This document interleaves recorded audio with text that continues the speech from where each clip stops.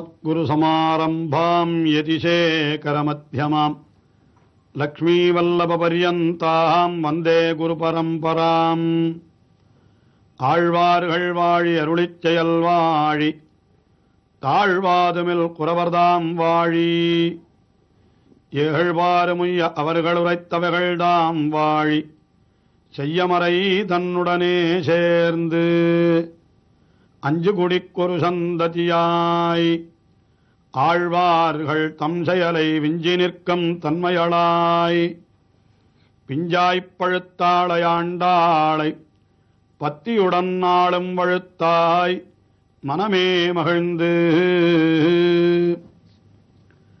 கண்ணபிரானை உடனே அடைய வேணும் என்கிற துடிப்பினாலே ஆண்டாள் அவனை பிரிந்த வருத்தத்தை எல்லாம் வெளியிடுவதாக நாச்சியார் திருமொழியிலே 9வது திருமொழி சுந்தரச் செம்படி போல் என்கிற திருமொழி செல்லுகிறது. அதிலே கீழே 7 பாசுரங்களிலே முதல் 5 பாசுரங்களிலே அந்த எம்பெருமானை பிரிந்த வருத்தத்தினாலே கண்முன்னாலே தோன்றுகவைகள் எல்லாம் தன்னை துன்புறுத்துகின்றன என்று தெரிவித்தவள் 6வது 7வது பாசுரத்திலே அந்த எம்பெருமானுக்கு தான் சமர்ப்பிக்க இருக்கின்றவற்றை, அதாவது 100 தடா அக்கார விடிசல் 100 தடா வெண்ணெய் என்று இவற்றையெல்லாம் தெரிவித்தாள். அதற்கு பிறகு அவள் அங்கே பார்த்தால் அந்த குயில்கள் எல்லாம் கூவுகின்றன, அந்த கரிய குருவி கணங்கள் அங்கே கூவுகின்றன.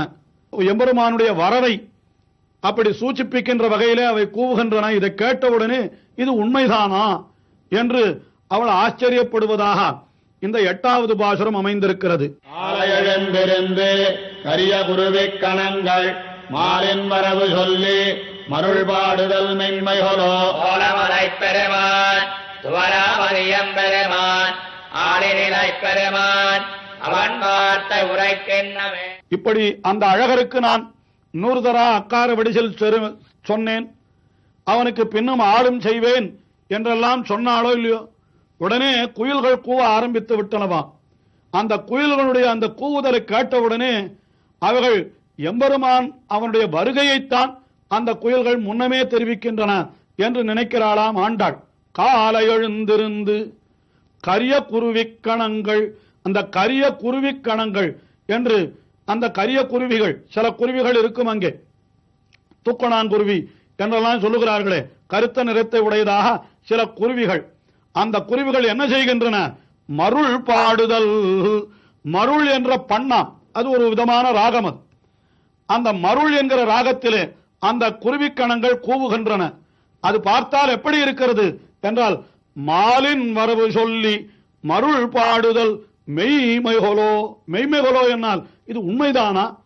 அவன் வருகிறேன் என்று சொல்லுகிறான், வருவது அவனுடைய வரவை தெரிவிக்கின்றார் போல என்றோ இந்த குயில்கள் கூவுகின்றன. உண்மையிலே அவன் வரப்போகிறானா அல்லது ஏமாற்றி விடுவானா என்று அப்படி சொல்லுவதாகவும் கொள்ளலாம். சோலைமலை பெருமான், சோலைமலை திருமாலிருஞ்சோலை மலையிலே எழுந்தருளியிருக்கிற எம்பெருமான் அவனார் என்றால் அவன்தான் கண்ணனாய் துவராபதியிலே எழுந்தருளியிருந்தவன்.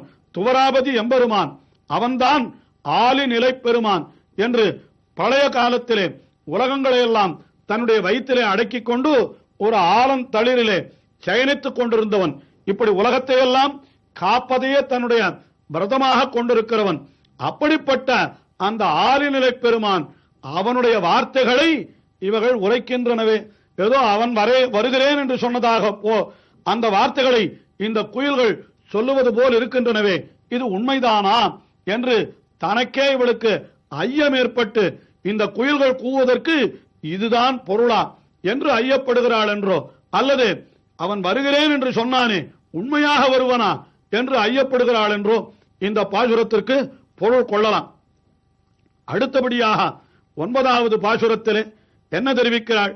என்றைக்கு நான் அந்த எம்பெருமானோடு கூட பெற்று மகிழ்வேன், நான் அந்த எம்பெருமான் வருகின்ற அந்த சங்கேதங்கள், ஏதாவது அடையாளங்கள் எனக்கு தெரிய வேண்டுமே, என்றைக்கு அந்த அடையாளம் தெரிந்து நான் மகிழப் போகிறேன் என்று அப்படி 9வது பாசுரத்திலே தெரிவிக்கிறாள்.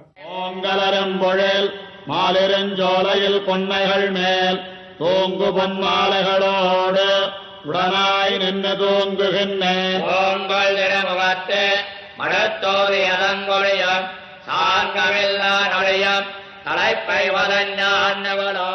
முன்னடிகளிலே 9வது பாசுரத்திலே என்ன தெரிவிக்கிறாள்? இப்படி நான் வீணாய் போய்விட்டேனே, நான் மானிடவர்க்கென்று பேச்சுப்படில் என்று சொன்னபடியினாலே மானிடவர்கள் அவர்களுக்கும் நான் பயன்பட மாட்டேன், எம்பெருமான் ஒருத்திக்கே நான் பயன்படுவேன் என்று வரதம் கொண்டிருக்கிறேன். ஆனால் அந்த எம்பெருமானோ வந்து என்னை ஏற்றுக்கொள்ளவில்லை. ஆகையினாலே இப்பொழுது நான் எம்பெருமானுக்கும் பயன்படாதவளாக ஆகிவிட்டேனே, இப்படி என்னுடைய நிலைமை ஆகிவிட்டதே என்பதை ஒரு அழகான உதாரணத்தாலே தெரிவிக்கிறார். என்ன உதாரணம் என்னால், திருமாலிருஞ்சோலை மலையிலே கொன்றை பூக்கள் பூத்திருக்கின்றனவா. அந்த கொன்றை பூக்கள் யாருக்கும் பயனற்றனவாய் அங்கேயே விழுந்து விடுகின்றனவா.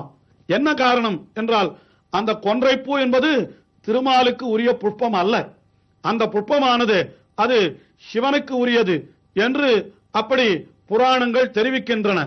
ஆனால் இந்த திருமாலிருஞ்சோலையிலே சிவனுக்கு அங்கே இடமில்லை ஆதலாலே அங்கே சிவனைச் சேர்ந்தவர்கள், அதாவது சிவபெருமானைச் சேர்ந்தவர்கள் யாருமே அங்கே வரப்போவதில்லை. ஆகையினாலே அந்த கொன்றை புஷ்பங்கள் அவர்களுக்கும் உபயோகப்பட போவதில்லை. அதே சமயத்திலே இது திருமாலுக்கு உரிய புஷ்பம் அல்லாமையினாலே அது அந்த திருமாலிருஞ்சோலை அழகருக்கும் அந்த கொன்றைப்பூ உபயோகப்பட போவதில்லை. எப்படி திருமாலிருஞ்சோலையிலே பூத்த கொன்றை பூவானது அது யாருக்கும் பயனில்லாமல் வீணாக அங்கேயே உதிர்ந்து போகிறதோ, அந்த மாதிரி நானும் ஆகிவிட்டேனே என்கிறாள். கோங்கலரும் பொழில் மாலிருஞ்சோலை, அந்த மாலிருஞ்சோலையில் கொன்றைகள் மேல் தூங்கு பொன்மாலைகளோடு நான் கொன்றைகள் மேல் தூங்கு பொன்மாலைகளோடு நான் உடனாய் நின்று தூங்குகின்றேன். தூங்குகின்றேன் என்றால் தொங்குகின்றேன் என்று பொருள். நான் அங்கே எனக்கு என்ன இருக்கிறது? திருமாலிருஞ்சோலையிலே கொன்றைகளைப் போலவே நானும் அங்கே இருக்கிறேன் என்று சொன்னாளாம். பின் என்ன வேண்டும் உனக்கு என்றால் சொல்லுகிறாள், பூங்கொள் திருமுகத்து மடுத்து ஊதிய சங்கொலி. அந்த சங்கொலியை நான் கேட்க வேண்டும்.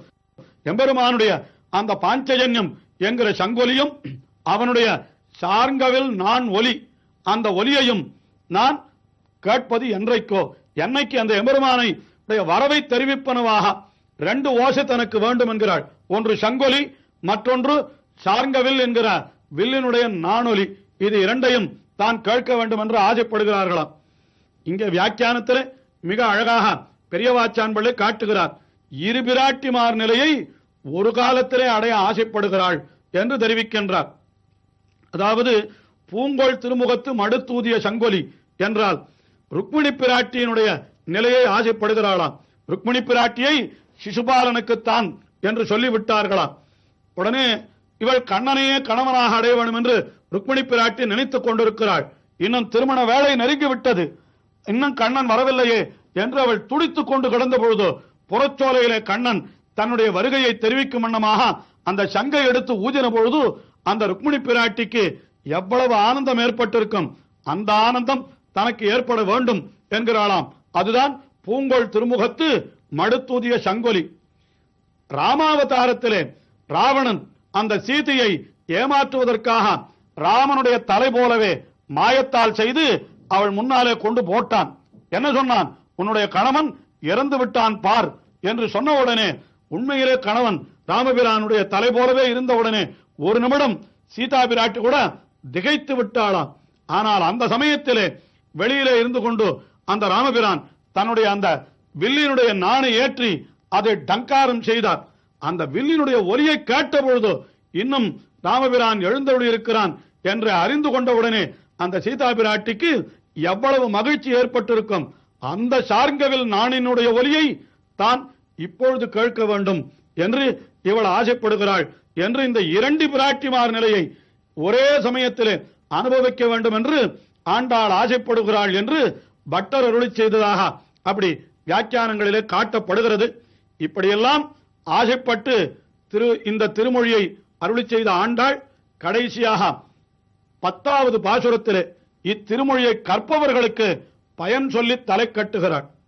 காரகிலம் சுமந்து தடங்கள் பொருது மந்திழியம் சிலம்பாடை மாலிருஞ்சோலையின் நசுந்தரனை குழல் கோல தொகத்துரைத்த செந்தமிழ் மத்தம் வல்லார் திருமாரணி சேர்வர்களே. இந்த திருமாலிருஞ்சோலை என்கிற திவ்ய தேசம் எப்படிப்பட்டது என்னால் அங்கே சிலம்பாறு என்னும் ஒரு ஆறு பாய்கிறதாம். அதாவது எம்பெருமான் உலகத்தை அளந்த காலத்திலே அந்த அவனுடைய திருவடிகளிலே பிரம்மா தீர்த்தத்தை சேர்த்தான் அல்லவா, அந்த தீர்த்தம் தான் கங்கையாக பிரவகித்தது என்று சொல்லுகிறார்கள். ஆனால் அப்படி தீர்த்தம் சேர்த்த பொழுதோ அவனுடைய சிலம்பிலே பட்டு ஒரு துளி தெரித்து இந்த திருமாலிருஞ்சோலை மலை மேலே விழுந்து அது தனியாக ஒரு ஆறாக பெருகிதான். ஆகையினாலே அந்த ஆறுக்குத்தான் சிலம்பாறு என்று பெயராம். நூபுர கங்கை என்றே சொல்லுவார்கள் வடமொழியிலே.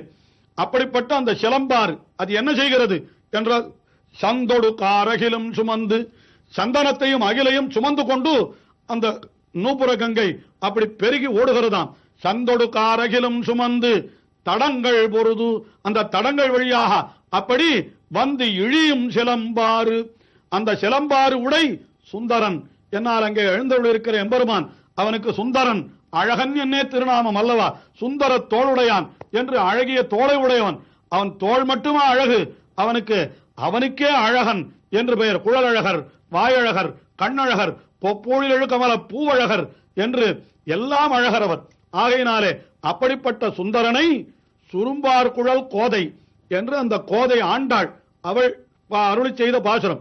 சாதாரணமாக எல்லா பதிகங்களிலும் பட்டர்பிரான் கோதை என்று தன்னுடைய ஆச்சாரியரையும் சேர்த்து சொல்லிக் கொள்வாள். ஆனால் இந்த பதிகத்திலே ஆச்சாரியருடைய திருநாமத்தை சொல்லவில்லை. ஏன் சொல்லவில்லை என்றால், ஒருவேளை இப்படியும் இருக்கலாம், இந்த பதிகம் பூரா அவளுக்கு துன்பமன்னோ துக்கமன்னோ ஏற்படுகிறது.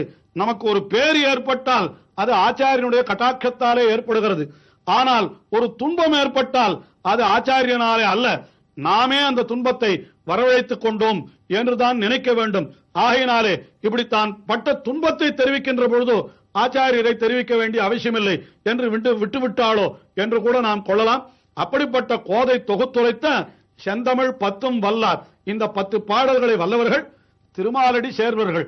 என்னை போல துக்கப்பட வேண்டாமல் அந்த எம்பெருமானுடைய திருவடிகளை சேர்ந்து எப்பொழுதும் பிரியாமல் இருப்பார்கள் என்று இந்த பதிகத்திற்கு பலஞ்சொல்லி ஆண்டாள் தலை கட்டுகிறார்.